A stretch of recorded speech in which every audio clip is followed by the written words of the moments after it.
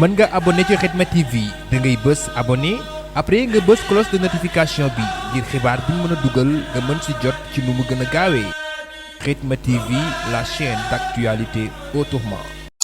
bi koor gi dugg see daayira xidmatul xadim di kuréel gi setal lépp lu wër jumaay Tuuba ñëwoon dox nemmeeku seet si ki nga xam ne moom mooy Serigne Cheikh Ndigal ci makaanam ngir gaaral ko liggéey bii di liggéeyu xidmatul xadim waaye itam wanaale ko li nga xam ne moom mooy poubelle bi nga xam ne dañu ko commandé ca Italie liggéey ko liggéey bu mucc ayib di inox. bi ñu dikkee Serigne Modou Diop di njiital daayira xidmatul xadim wax ko li nga xam ne moom mooy liggéey bi. waaw liggéey moom mi ngi ko waxee. tawfeex moom mi ngi ci am bu baax. ndax loolu mu ko waxee ay jamono jafe woon na lool. wax dëgg yàlla xam nañ ne tawfeex suñu Tuubaa am na ci. ndax lii poubelle la. inox lañ ko liggéeyee. bitim réew yi lañ ko commandé woon. fii lañ ko liggéey mooy weñ bi nga xam ne dara du ko yàq moom. nga xam ne 100 ans du yàq. am nañ ci luy tollu téeméer yu teg.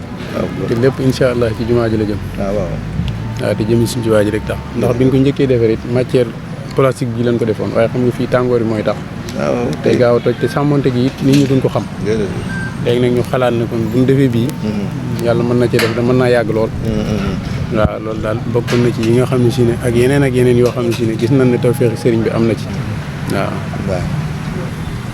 ñu ciy sàkku seen i ñaan. ak seen i soññee.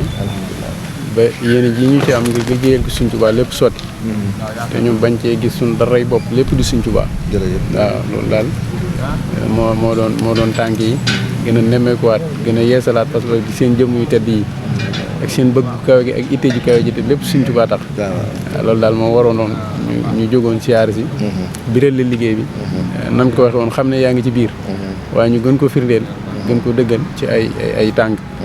siyaar la ci weeru koor yi ñuy séentu.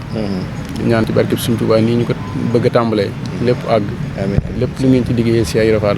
nangu loolu daal moo doon kàddu yi ñu ngi jégalu bu baax a baax xaal tudd ko. wala luy dengi mu teg ci ne walay sa yan hoo saatiya mësta jublu sama jëmm ji a taxadud nag mooy lu jagam kon lu jagam mooy tax lii ngeen di def bale boobu bokk na ci lim ñaanoon kon woy wi dajale na ci loo xam ni seen liggéey bi bokk na ci ngeen rafetlu ko